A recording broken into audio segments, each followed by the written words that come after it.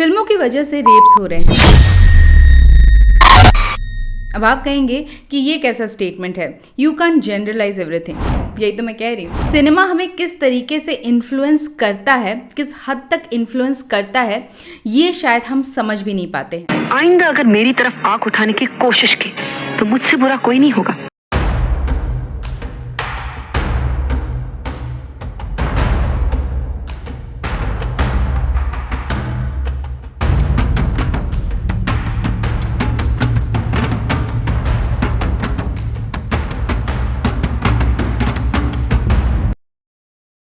और इसीलिए तो मैं कह रही हूँ कि सिनेमा हम सबको चूतिया बना रहा है। कैसे और क्यों, बताते हैं। जब तक सलीमा है लोग चूतिया बनते रहेंगे। हेलो, मैं हूं तनुश्री और ये है वेरी इंटरेस्टिंग। हम यहाँ पर आज बात कर रहे हैं बॉलीवुड किस तरीके से हम सबको चूतिया बना रहा है। सिर्फ बॉलीवुड नहीं बल्कि सिनेमा इन जनरल, जिसमें रीजनल सिनेमा भी शामिल है, और हाँ, हमारे सो कॉल्ड साफ सुथरे फैमिली टीवी शोज भी। तो कैसे सिनेमा रेप और वायलेंस को प्रमोट कर रहा है। अभी रिसेंटली कोलकाता में ट्रेनी डॉक्टर के साथ जो बलात्कार की घटना आई, उसने पूरे देश को झंझोर कर रख दिया। कोलकाता के सरकारी आरजी का रेप एंड मर्डर। वैसे कोई पहला इंसिडेंट नहीं है, इससे पहले भी ऐसी भयानक चीजें इंडिया में होती रही हैं। और जब ये घटना सामने आई तो बहुत सारे सेलिब्रिटीज जैसे करीना कपूर, आलिया भट्ट, ऋतिक रोशन, कृति सेनन ने इस विषय में अपनी अपनी टिप्पणी दी है। लेकिन सवाल ये है कि ऐसी घटनाएं होती क्यों हैं? क्या इसका कोई बॉलीवुड कनेक्शन है? वैसे ये सेलिब्रिटीज चाहे कुछ भी कहे, ऐसा क्या रीजन है कि आए दिन ऐसी घटनाएं हमें सुनने को मिलती हैं? ऐसी घटनाओं के पीछे अक्सर कई सारे रीजंस होते हैं। साइकोलॉजिकल रीजंस, एक विकृत मानसिकता, क्रिमिनल का पास्ट रिकॉर्ड, जिस तरीके के बैकग्राउंड से वो आता है, क्या वायलेंस वहां पर एक आम बात है? और सबसे इंपॉर्टेंट पॉइंट जिसके बारे में हम आज बात करने वाले हैं वो है पॉपुलर कल्चर। पॉपुलर कल्चर एक बहुत बड़ा रीजन है इस तरीके की विकृत मानसिकता को और प्रबल करने के पीछे, और इस तरीके के इंसिडेंट्स को और बढ़ावा देने के पीछे। लेकिन ये पॉपुलर कल्चर आखिर होता क्या है? पॉपुलर कल्चर का मतलब है एक समय पर एक समाज में किस तरीके की विचारधारा, बिहेवियर और प्रैक्टिसेस चलन में है, और इन सब में एंटरटेनमेंट या मास मीडिया एक बहुत बड़ा रोल प्ले करती है। यानी कि रेडियो, टेलीविजन, प्रिंट, टीवी और अब सोशल मीडिया भी, यानी वो सारे मीडियम, वो सारे मीडिया के इंस्टीट्यूशंस जिससे एक आम जनता, मासेस अपने आप को जोड़ती है और जो मासेस को इन्फ्लुएंस करते हैं, उनकी सोच को, उनके बिहेवियरल पैटर्न को। और इसमें बॉलीवुड या फिर कह सकते हैं कि सिनेमा का एक बहुत बड़ा रोल है। एंड नो, हम यहाँ पर एडल्ट फिल्म्स की तो बात कर ही नहीं रहे हैं, वो तो डेफिनेटली एक बहुत बड़ा रीजन है इन सब घटनाओं के पीछे। लेकिन हम बात कर रहे हैं नॉर्मल मेन स्ट्रीम बॉलीवुड या फिर कोई भी रीजनल सिनेमा या सिनेमा इन जनरल की। जो पॉपुलर सिनेमा है, not off beat types but the popular cinema, जो आप और मैं आराम से अपने बच्चों के साथ देखते हैं। और साथ ही साथ मैं डिस्कस करूंगी ऐसे कई सारे टीवी सीरियल्स के बारे में जिन्हें हम और आप अक्सर अपने बच्चों को दिखाते हैं और हम सोचते हैं कि एक बहुत ही फैमिली ड्रामा है। इन सीरियल्स की स्टोरी और इनकी राइटिंग कुछ इस तरीके की है जो हमारे मानसिकता को, और स्पेशली बच्चों की मानसिकता को बहुत ज़्यादा गहरी तौर से प्रभावित कर सकते हैं। और इसमें कई नाम ऐसे जिन्हें सुनकर आज आप चौंक जाएंगे। और इस एपिसोड के बाद इन टीवी सीरियल्स को देखने का नज़रिया आपका भी पूरी तरह से बदल जाएगा। जब भी इस तरीके की घटना हमारे सामने आती है, जैसे कि अभी कोलकाता में जो हुआ ऐसा इंसिडेंट, या फिर कोई भी औरतों के खिलाफ किसी भी तरीके का क्राइम जब हमारे सामने आता है, तो हम सबसे पहले इल्ज़ाम लगाते हैं पुलिस पर, प्रशासन पर, और सिनेमा या फिर जो पॉपुलर कल्चर है, जो मीडिया है, उसकी और हमारी नज़र कभी जाती ही नहीं है। हम उसे बहुत कन्वीनियंटली इग्नोर कर देते हैं और कोई ये नहीं समझता कि शायद इन सभी क्राइम की उत्पत्ति आज नहीं बल्कि एक लंबे समय के बाद हुई हो, और इसको बहुत हद तक इन्फ्लुएंस करता है पॉपुलर कल्चर या मीडिया और सिनेमा। और जब हम हर चीज़ को यहाँ पे ब्लेम कर रहे हैं सिवाय सिनेमा के, तो कहीं सिनेमा भी कोने में खड़े होकर हंस रहा होता है। पुलिस, प्रशासन और पॉलिटिक्स के बीच में हम लोग इतने उलझ कर रह जाते हैं कि बॉलीवुड और सिनेमा की तरफ हमारा ध्यान ही नहीं जाता।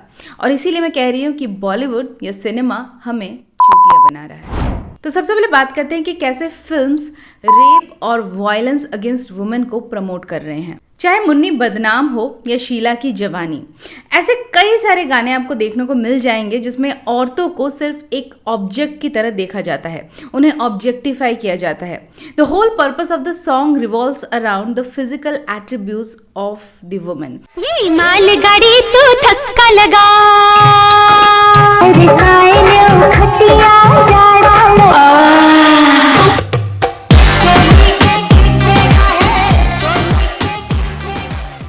यानी औरतों के जिस्म की बात होती है, उनके चेहरे की बात होती है,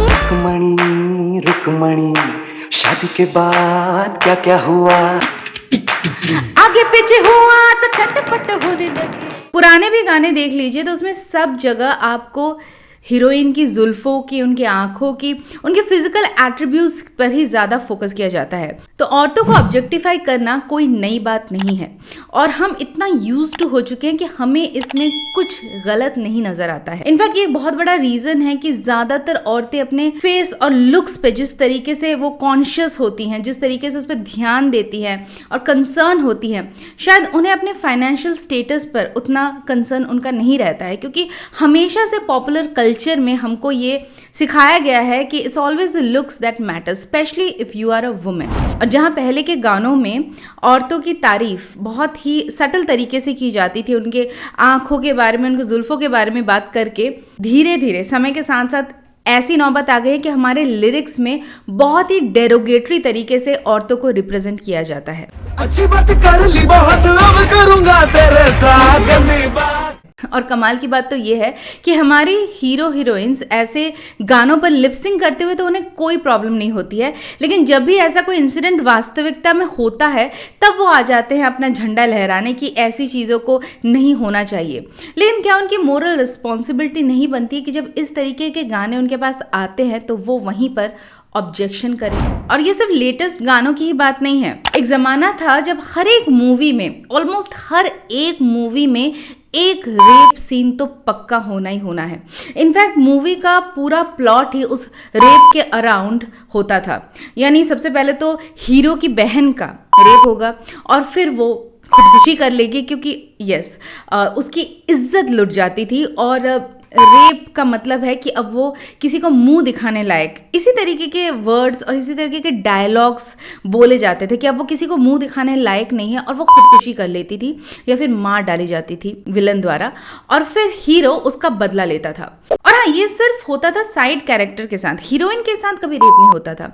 ज़्यादा से ज़्यादा उसके साथ अटेम्प्ट टू रेप होगा और एन मौके पर हीरो वहाँ पर पहुँच जाएगा और विलन को वहाँ से भगा देगा या मार डालेगा। तो आप समझ सकते हैं कि किस तरीके से विक्टिम को भी ऑब्जेक्टिफाई किया जाता था कि अगर आप एक विक्टिम हैं तो आपको जीने का कोई हक नहीं है, वो तो बेकार है, वो कोई हीरोइन हो ही नहीं सकती है विक्टिम, वरना हीरो तो उसको फिर अपनाएगा ही नहीं। इस तरीके की मानसिकता को इनग्रेन किया गया है साल दर साल ऑडियंस के दिमाग पर। और ये रेप सीन्स भी कैसे, बहुत लंबे खिंचे खिंचे रेप सीन्स, बहुत ज़रूरत से ज़्यादा डिटेलिंग में दिखाना, कैमरा को फोकस जूम करके दिखाना, कुछ इस तरीके के सीन्स बनाए जाते थे ऑडियंस को अट्रैक्ट करने के लिए। और सरप्राइजिंगली ऐसी मूवी हिट भी होती थी। फिर एक तरीके की मूवी आती है जिसमें एक लोअर क्लास बैकग्राउंड के लड़के को प्यार हो जाता है एक अल्ट्रा रिच फैमिली की लड़की से, एंड सरप्राइजिंगली लड़की को भी कोई ऑब्जेक्शन नहीं होता है। हम तो सिर्फ खूबसूरत बातें करते हैं, आप तो खूबसूरत हो मेम साहब। यानी कि आप दिखाते हैं कि एक ऑटो ड्राइवर को, एक कुली को, एक पढ़ी लिखी अच्छी खासी फैमिली की लड़की प्यार कर सकती है। लेकिन क्या वास्तविकता में ऐसा होता है? ऐसा हो सकता है? कोई भी पढ़ी लिखी लड़की क्या चाहेगी कि वो किसी ऑटो ड्राइवर, मतलब मैं यहाँ पर किसी की बुराई नहीं कर रही प्रोफेशन की, लेकिन ऐसी बहुत सारी चीज़ों को ना प्रमोट किया गया है कि इट्स ओके, कोई स्लम का लड़का अगर किसी को फॉलो कर रहा है, किसी लड़की को फॉलो कर रहा है, या कोई भी राह चलता कोई गुंडा टाइप का लड़का। इनफैक्ट कई सारे हमारे जो मेन लीड्स हैं, जो हीरोज़ हैं, उनको ऐसे रोल्स में दिखाया गया है जहाँ पर वो एक बहुत ही स्लम के टपोरी टाइप्स बने हैं और हीरोइन का पीछा करते हैं। हीरोइन कॉलेज जाते हुए उसका पीछा कर रहे हैं या सड़क चलते उस पर कुछ टॉन्ट कस रहे हैं और कुछ दिनों बाद हीरोइन जो है उसे भी हीरो से प्यार हो जाता है। एक थप्पड़ मारेंगे ना तो सारी रंगबाजी निकल जाएगी 1 मिनट में। इतना तो हम सोच के आए हमारे। लेकिन क्या वास्तविक जीवन में ऐसा पॉसिबल है? क्या इस तरीके की मूवी कैट कॉलिंग को प्रमोट नहीं कर रहे हैं, ईव टीजिंग को प्रमोट नहीं कर रहे हैं? इस तरीके के फिल्मों के प्लॉट से इन्फ्लुएंस होकर जब किसी लड़की को प्रपोज करते हैं, उन्हें लगता है कि ये तो मानी जाएगी क्योंकि वहाँ पर भी इस तरीके का फिल्मों में दिखाया जा रहा है, तो यहाँ पर कैसे ऐसे नहीं हो सकता है। और जब ऐसा वास्तविक जीवन में नहीं होता है तो कई सारी लड़कियों को एसिड अटैक विक्टिम भी बनना पड़ा है। तो कहीं ना कहीं क्या फिल्मों की ये रिस्पॉन्सिबिलिटी नहीं है कि जो रियल में है उसे एज इज दिखाएं? औरतें नहीं पसंद करेंगी कि सड़क चलते उन पर कोई कमेंट करे, कोई उन्हें रोज फॉलो करे। It's very creepy. लेकिन फिल्मों में हमेशा इस तरह से इन्हें दिखाया गया है कि इट्स ओके, लड़कियां पहले तो ना करेंगी लेकिन धीरे धीरे वो हाँ कर देंगी। All you have to do is just keep trying. In fact कई सारे तो हीरोज हैं और बहुत पॉपुलर हीरोज हैं और बहुत सक्सेसफुल हीरोज हैं जिनकी मैक्सिमम मूवीज इस तरीके के प्लॉट के अराउंड ही होती हैं। नाम तो बता दो। कल थप्पड़ खाने आना फिर बताएंगे। फिर कुछ मूवीज होती हैं जिसमें वायलेंस और इतना ज्यादा वायलेंस दिखाया जाता है और उसे बहुत ही ग्लोरीफाई करके दिखाया जाता है। एंड सरप्राइजिंगली ऑडियंसेस को भी ये माचो ग्लोरिफिकेशन ऑफ वायलेंस बहुत अच्छा लगता है, क्योंकि जब आपके आइडल, आपके हीरोज इस तरीके की हरकत कर रहे हैं और अप्रिशिएट हो रहे हैं, उनकी फिल्में जब रियल लाइफ में भी लोग देखते हैं, पसंद करते हैं, ऐसी फिल्में ना सिर्फ ऑन स्क्रीन बल्कि ऑफ स्क्रीन भी इस तरीके के वायलेंस को प्रमोट करती हैं। और सिर्फ वायलेंस ही नहीं बल्कि अल्कोहल, ड्रग्स, इन सब चीजों को भी बहुत ही ग्लोरीफाई करके मूवीज में दिखाया गया है।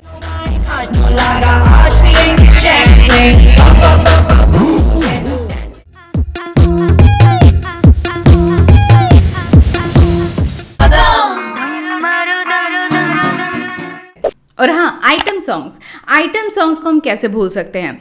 आइटम सॉन्ग्स की तो पूरी उत्पत्ति ही औरतों को ऑब्जेक्टिफाई करने के लिए हुई है। इनफैक्ट आइटम सॉन्ग्स का जो मेन पर्पस था वो हमेशा से सोचा गया है कि ऑडियंसेस को सिनेमा हॉल तक खींच कर लाने के लिए। कैन यू इमेजिन एक औरत को बहुत ही छोटे छोटे कपड़ों में प्रेजेंट करना, उस पर स्लीजी लिरिक्स और स्लीजी तरीके के स्टेप से उसको दिखाना और इससे आपकी मूवी को हिट बनाना। एंड सरप्राइजिंगली ज्यादातर आइटम नंबर्स हीरोइनें नहीं करती हैं। हीरोइनों को तो प्लॉट में काफी शालीन और काफी डिसेंट दिखाया जाता है, इसीलिए आइटम सॉन्ग्स के लिए ज्यादातर चुना जाता है फिरंगी एक्ट्रेसेस या डांसर्स को।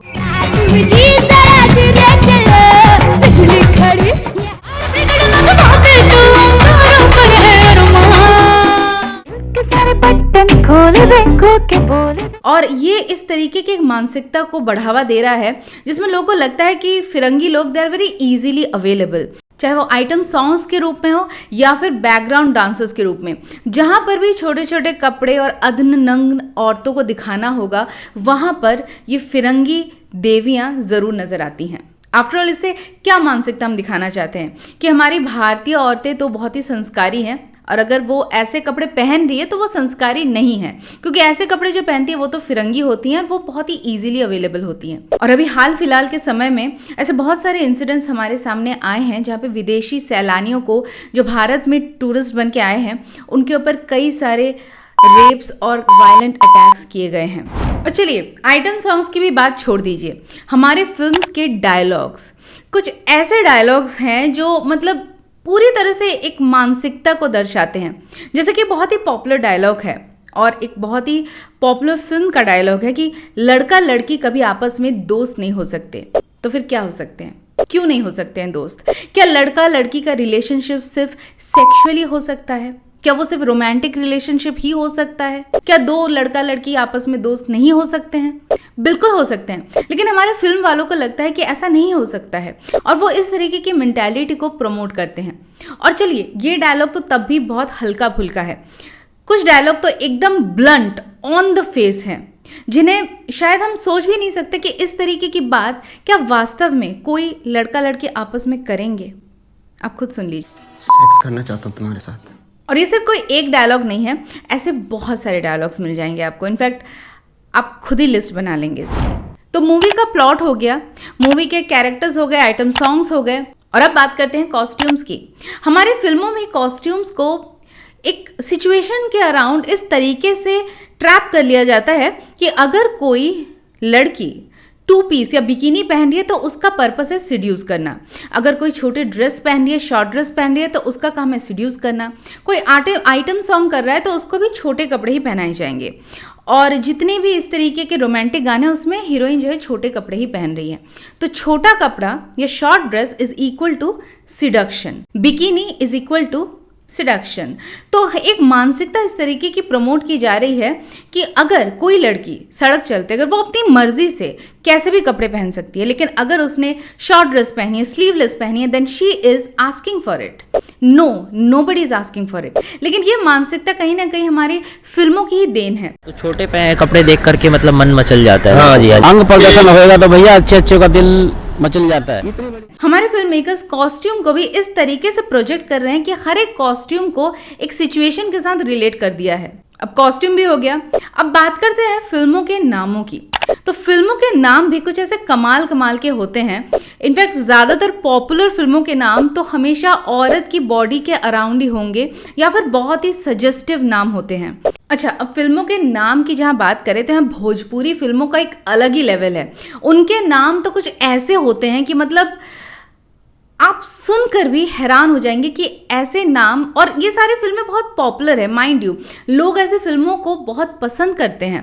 तो यू कैन अंडरस्टैंड कि किस तरीके की मानसिकता को प्रोमोट किया जा रहा है। मैं कुछ नाम आपको पढ़ के यहाँ सुना रही हूँ और आप खुद डिसाइड करिए कि ये किस तरीके की मानसिकता को बढ़ावा दे रहे हैं। हमरा लहंगा के अंदर वाईफाई, पेप्सी पी के लागेलू सेक्सी, हमके दारू नहीं मेहरारू चाहिए, तो हर चुम्मा विटामिन ए, लहंगा में बाढ़ आइल बा। और एक नाम तो है जीन्स वाली भौजी, यानी जो कॉस्ट्यूम की हम बात कर रहे हैं कि अगर आप जीन्स पहन ले तो किस तरीके से उसको भी एक बहुत ही नेगेटिव कोनोटेशन में रिप्रेजेंट किया जा रहा है। अब हो सकता है कि आप में से कईयों को इन फिल्मों के नामों को सुनकर हंसी आ रही हो। हाँ, ये फिल्म के नाम काफ़ी अटपटे लग रहे हैं, लेकिन इन फिल्मों का टारगेट ऑडियंस हो सकता है आप ना हो, ये फिल्में आप ना देखते हो। इनफैक्ट ये फिल्म आपके लिए शायद बनाई नहीं गई है, लेकिन ये फिल्म जिन लोगों के लिए बनाई गई है, जो इस फिल्म के, इस तरीके के फिल्मों के जो टारगेट ऑडियंस हैं, वो लोग जो ऐसी फिल्मों को देखते हैं, ऐसी फिल्मों से इन्फ्लुएंस होते हैं, वो फिर किसी को भी अपना टारगेट बना सकते हैं। और ये बात एक बहुत ही चिंता का विषय है, क्योंकि ऐसा नहीं है कि कोई चीज़ अगर हम नहीं कंज्यूम कर रहे हैं तो वो हमको इफेक्ट ही नहीं कर सकती है। अब शायद हंसी थोड़ी आपके चेहरे से चली गई हो। और चलिए अब फिल्मों के नाम को छोड़िए, फिल्मों के पोस्टर्स की अगर बात करें तो फिल्मों के पोस्टर्स में भी औरतों को ऑब्जेक्टिफिकेशन बहुत ही भर भर के किया जाता है। इनफैक्ट कुछ ही एक आध फिल्में होती हैं जिनके पोस्टर को काफ़ी क्रिएटिवली दिखाया जाता है। ज़्यादातर फिल्मों के पोस्टर्स में औरत को कम कपड़ों में दिखाया जाता है, या तो नंगी टांगें दिखाई जाएंगी या पीछे नंगी बैक दिखाई जाएगी। किसी ना किसी तरह से औरत को एक बहुत ही सिडक्टिव वे में पोस्टर में लाने का ये मकसद होता है कि इससे ऑडियंस फिल्म को देखने के लिए थिएटर पे पहुंचेगी। तो आप सोच सकते हैं किस लेवल पर ऑडियंस की मानसिकता के साथ खेला जा रहा है। और ये तो बात है फिल्मों की। इनफैक्ट हमारे टीवी सीरियल्स भी कहीं पीछे नहीं है। और मैं यहाँ पर ऐसे टीवी सीरियल्स की तो बात करने ही नहीं वाली हूँ जिनमें डायरेक्ट आपको इस तरीके की चीज़ें दिखाई जाएंगी। इनफैक्ट बहुत ही पारिवारिक कुछ शोज़ हैं जिनका मैं नाम लूँगी, जिनका कंटेंट भी मुझे बहुत ज़्यादा आपत्तिजनक लगता है। May be it's not on the face vulgar, लेकिन हाँ, इसमें सटल वे में बहुत सारी ऐसी चीज़ें दिखाई जाती हैं जिसमें औरत को एक बहुत ही निचले तरीके से डम प्रोजेक्ट किया जाता है। और अजीब बात यह है कि ऐसे सीरियल्स को लोग पसंद भी कर रहे हैं, पॉपुलर भी बना रहे हैं और खूब जमकर उन्हें टीआरपी भी मिल रही है। तो एक ऐसा ही शो है भाभी जी घर पर है, जिसमें 2 पड़ोसी दिखाए जाते हैं और हर दोनों को अपनी बीवी से ज़्यादा पड़ोसी की बीवी में इंटरेस्ट है। और ये सीरियल बहुत ही फैमिली सीरियल की तरह इसे प्रोजेक्ट किया जाता है। आप कोई परी से कम है क्या?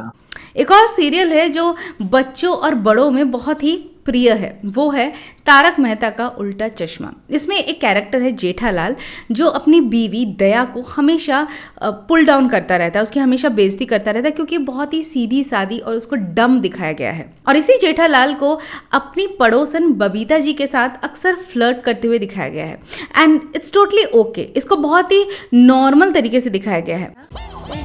मैं तो चाहता हूँ आप रोज इस तरह मुझे डिस्टर्ब करें। जी जस्ट इमेजिन कि यहीं पर अगर आदमी की जगह किसी औरत को दिखाएं कि वो अपने पड़ोसी के आदमी के साथ फ्लर्ट कर रही है तो उसको एकदम वैम्प की तरह दिखाया जाएगा, टोटली वो नेगेटिव हो जाएगी। इनफैक्ट हमारे टीवी वालों के लिए तो शायद ऐसी औरतें एग्जिस्ट ही नहीं करती हैं, अगर हैं तो वो विलन है, बुरी है, लेकिन एक आदमी वो कर सकता है।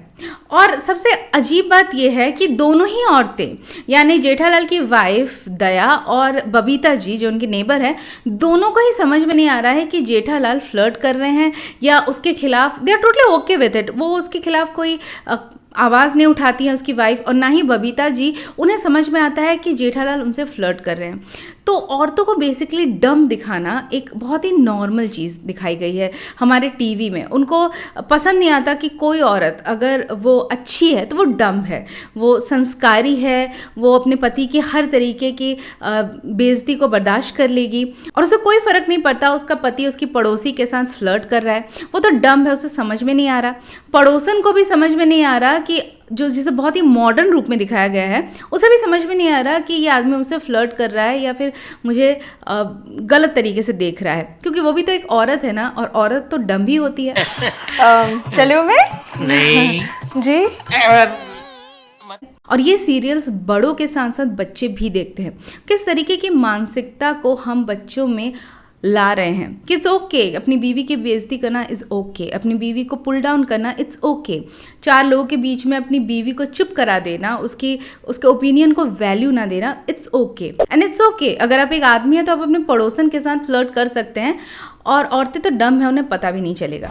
एक और शो है जो बहुत ही पॉपुलर है, द कपिल शर्मा शो, जिसमें कपिल शर्मा को अपनी ऑन स्क्रीन वाइफ जिसका कैरेक्टर प्ले कर रही है सुमोना चक्रवर्ती, उनको अक्सर पुल डाउन करते हुए दिखाया गया है। अगेन वो कभी उनके फिजिकल एट्रीब्यूट्स पर मजाक उड़ाते हैं, और सिर्फ उनका ही नहीं, वहाँ के हर एक जो कैरेक्टर जो बने होते हैं उनका सबका वो किसी के साथ बॉडी शेमिंग कर रहे हैं तो किसी के लुक्स पे मजाक उड़ा रहे हैं। अक्सर उनकी वाइफ जो ऑन स्क्रीन वाइफ है उनके मोटे होठों का वो मजाक उड़ाते हैं, उनके घर वालों का मजाक उड़ाते हुए नजर आते हैं। ये माँ देख लो, लेडीज कुंभकर्ण आ गई है उठ के। आपको पता बाजी, हर सक्सेसफुल आदमी के पीछे एक औरत का हाथ होता है। मेरे अनसक्सेसफुल होने के पीछे इसके दोनों हाथ, चारों होठ हैं। और चलिए एक बार को अगर हम ये इग्नोर भी कर दे कि वो किस तरीके का कंटेंट परस रहे हैं, ये चीज़ बहुत ही डरावनी है कि ऐसा कंटेंट लोग पसंद कर रहे हैं। लोग ठहाके मार के हंस रहे होते हैं जब वो सामने वाले के होठों का मजाक उड़ा रहे हैं। तो ऐसे मानसिकता को एक प्रमोट किया जा रहा है जहाँ पर औरत को डिसरेस्पेक्ट करना एक बहुत ही कॉमन बात हो गई। तो सवाल ये है कि क्या ऑडियंस बेवकूफ़ है? क्या उन्हें नहीं पता कि ये सब तो बस एंटरटेनमेंट के लिए होता है? इसका जवाब हाँ भी है और ना भी। हो सकता है आप इस तरीके की कोई वायलेंट या फिर कोई औरतों पर अत्याचार करने वाले या मिसलीडिंग टाइप का कंटेंट देखे तो आप पर कोई असर ना हो, लेकिन ऐसा भी एक सेक्शन है इस समाज में जो बहुत ज़्यादा पढ़े लिखे नहीं हैं, एक marginalize section of the society को बिलोंग करते हैं और उनके पास बहुत ज़्यादा रिसोर्सेज नहीं है इंफॉर्मेशन गैदर करने के लिए। उन्हें सही गलत की हो सकता है उतनी समझ ना हो, और वो जो भी देखते हैं स्पेशली मास मीडिया में, क्योंकि वो हो सकता है बहुत ज़्यादा बुक्स ना पढ़े, बहुत इंटेलेक्चुअल टाइप्स ना हो, तो जो भी उन्हें मास मीडिया में वो देखते हैं उसे वो पूरी तरह से अपना लेते हैं और फॉलो करने लगते हैं। सलमान खान की एक मूवी आई थी तेरे नाम।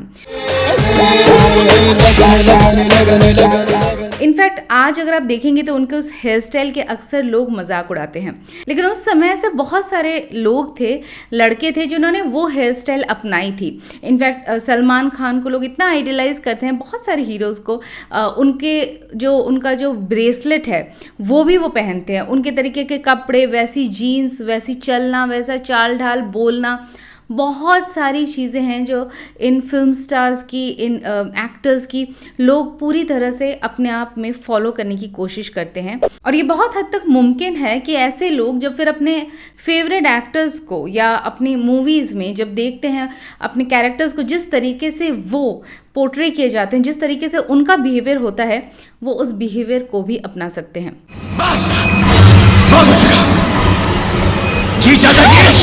इनफैक्ट हमारे देश में अगर आप देखें तो रामायण एक बहुत ही फेमस टीवी सीरियल हुआ करता था। अरुण गोविल जो राम बने थे, आज तक लोग उन्हें पूजते हैं, लोग उन्हें राम की तरह देखते हैं। इनफैक्ट अभी भी अरुण गोविल की एक वीडियो आई थी कुछ साल पहले, जब वो एयरपोर्ट में जा रहे थे और नॉर्मल कपड़ों में थे, तब भी एक औरत उनको देखकर उनके पैरों में गिर पड़ी। तो हमारे यहाँ पर इंडियंस आर वेरी इमोशनल। और ये तो चलिए पहले के ज़माने की बात है। आज भी जब मोहित रैना महादेव का रोल करते हैं तो बहुत सारे लोग उन्हें रियल में महादेव समझते हैं और उनको पूजते हैं। That's the kind of fanaticism that we have in our country. और सिर्फ इतना ही नहीं, ये तो चलो देवी देवता के कैरेक्टर्स प्ले करते हुए नजर आए थे। तुलसी वीरानी जो स्मृति ईरानी का फेमस सीरियल था, क्योंकि सास भी कभी बहू थी, उसके कैरेक्टर से भी लोगों को, आज से कितने साल पहले वो सीरियल जब आया था, 20 साल पहले, तब भी लोगों को उनके कैरेक्टर से इतना ज़्यादा प्यार हो गया, वो तुलसी को अपने घर की असली उसे मानने लगे, उसे अपनी बेटी मानने लगे। और मिहिर वीरानी के कैरेक्टर को जब मार दिया गया था उस सीरियल में, तब लोगों की इतनी ज़्यादा उनके ऊपर गुस्सा आ गया कि उनको, मेकर्स को, उस कैरेक्टर को वापस जिंदा करना पड़ा। और ये सिर्फ पहले ही नहीं होता था, अब भी अनुपमा एक सीरियल, उसके हाईएस्ट टीआरपीज देखकर आप समझ सकते हैं कि लोग किस तरीके से कैरेक्टर्स को दिल में ले लेते हैं और किस तरह से उनसे जुड़ जाते हैं और उनसे इंस्पायर होते हैं। इनफैक्ट साइकोलॉजी के टर्म में इसे पैरा सोशल इंटरेक्शन कहा जाता है, यानी ऑडियंसेस का अपने फेवरेट मूवी के या टीवी सीरियल के या किसी भी मास मीडिया के कैरेक्टर्स के साथ इस तरीके से जुड़ जाना कि वो उसे अपने ही जीवन का एक हिस्सा मानने लगते हैं, वो उन्हें अपने दोस्तों की तरह देखते हैं, वो अपने परिवार का हिस्सा उन्हें मानने लगते हैं। तो जब हम देखते हैं कि लोग भगवान के कैरेक्टर्स के साथ, नॉर्मल जो सीरियल्स के कैरेक्टर्स के साथ इस तरीके से इमोशनली जुड़ जाते हैं, तो क्या वो इस तरीके का कंटेंट जिसमें वायलेंस है, सेक्सुअल वायलेंस है, औरतों के खिलाफ अत्याचार दिखाए जाते हैं, क्या उनका भी इम्पैक्ट ऑडियंसेस पर नहीं होता होगा? ऑफ कोर्स होता है। ऑफ कोर्स बॉलीवुड को पूरी तरीके से इन सारे क्राइम्स के लिए जिम्मेदार ठहराना गलत है, लेकिन ये गलत नहीं है कहना कि इन सारे क्राइम्स को या फिर औरतों के प्रति बढ़ते अत्याचार के पीछे या लोगों की जो एक सोच है औरतों को ऑब्जेक्टिफाई करने के लिए, इसको सिनेमा या फिर कहे मास मीडिया या पॉपुलर कल्चर बहुत हद तक इसको बढ़ावा दे रहा है। तो इसका क्या किया जाए? क्या बॉलीवुड इस तरीके के वायलेंट या फिर ऑब्जेक्टिफिकेशन ऑफ वुमेन ऐसे बेस्ड कंटेंट बनाना छोड़ दे? वेल, वो तो उनके ऊपर है, वो क्रिएटिव लिबर्टी के नाम पर कुछ भी कर सकते हैं। और जहाँ तक ऑडियंस जब तक ऐसा कंटेंट देखती रहेंगी वो इसे परसते रहेंगे, क्योंकि वो कहते हैं ना, जो दिखता है वो बिकता है। अगर लोग इस तरीके का कंटेंट देखेंगे तो ऐसा कंटेंट ज़रूर बनेगा और ज़्यादा बनेगा। तो इसीलिए ये आप पर और मुझ पर डिपेंड करता है कि हम क्या देखते हैं, वो कौन से गाने हैं जिन्हें हम बार बार प्ले करते हैं, रीप्ले करते हैं, किस सीन पर हम रुकते हैं और उन्हें वापस रिवाइंड कर देखते हैं। ये सारी चीज़ें आपको लग रहा है कि शायद कोई नहीं देख रहा, आप सिर्फ अकेले देख रहे हैं, लेकिन आजकल इस इलेक्ट्रॉनिक मीडिया के ज़माने में हर चीज़ इंटरनेट पर मॉनिटर की जाती है। कौन से वाले सीन पर ज़्यादा लोग रुककर बार बार उसे देख रहे हैं, ये सारी चीज़ें इम्पैक्ट करता है उस कंटेंट को ऊपर ले जाने में या नीचे ले जाने में। और ये मेकर्स को मोटिवेट करता है कि हम और आप किस कंटेंट को ज़्यादा देख रहे हैं। तो अगर हम इस तरीके के कंटेंट को खुद एक कॉन्शियस होकर देखना कम कर दे तो डेफिनेटली ऐसा कंटेंट बनना भी बंद हो जाएगा। कोलकाता के आरजी कौर अस्पताल में जो हुआ, इस तरीके की घटनाएं जब जब सामने आती हैं तो लोग सड़कों पर उतर पड़ते हैं, स्ट्रीट प्रोटेस्ट करते हैं, स्ट्रीट्स पर आकर धरने देते हैं। लेकिन सोचने वाली बात यह है कि अगर हम अपने स्क्रीन्स पर ही चेक लगा दें कि हम अपने स्क्रीन पर क्या देख रहे हैं, तो शायद हमें स्ट्रीट्स पर उतरने की जरूरत ना पड़े। हम जो देख रहे हैं वो किस तरीके का सिनेमा है, उसके पीछे का मैसेज कैसा है, औरतों का पोर्ट्रेल किस तरीके से है, क्या ये सिनेमा आपके बच्चों पे एक पॉजिटिव इफेक्ट डालता है या नेगेटिव। कहीं इस फिल्म के गाने वल्गर तो नहीं हैं? ये सारी चीज़ें जब हम मूवी जाते वक्त अपने दिमाग में रखेंगे और फिर डिसाइड करेंगे कि हमें कैसा सिनेमा देखना है, तब शायद सिनेमा हमें वाकई में चूतिया नहीं बना पाएगा। तो ये तो थे कुछ मेरी ऑब्जर्वेशंस हमारे सिनेमा और सोसाइटी पर उसके इम्पैक्ट को लेकर। हो सकता है इसमें कुछ पॉइंट्स आप और जोड़ना चाहें। अगर आपको लगता है कि इसमें और भी कुछ चीज़ें जुड़ सकती है तो प्लीज़ मुझे कमेंट करके ज़रूर बताएं। और अगर ये वीडियो आपको अच्छा लगे, अगर आपको लगे कि इसमें बताई गई बातें जो है दे मेक सेंस, तो प्लीज़ इस वीडियो को एक लाइक ज़रूर करना और अपने दोस्तों तक इस वीडियो को शेयर ज़रूर करना।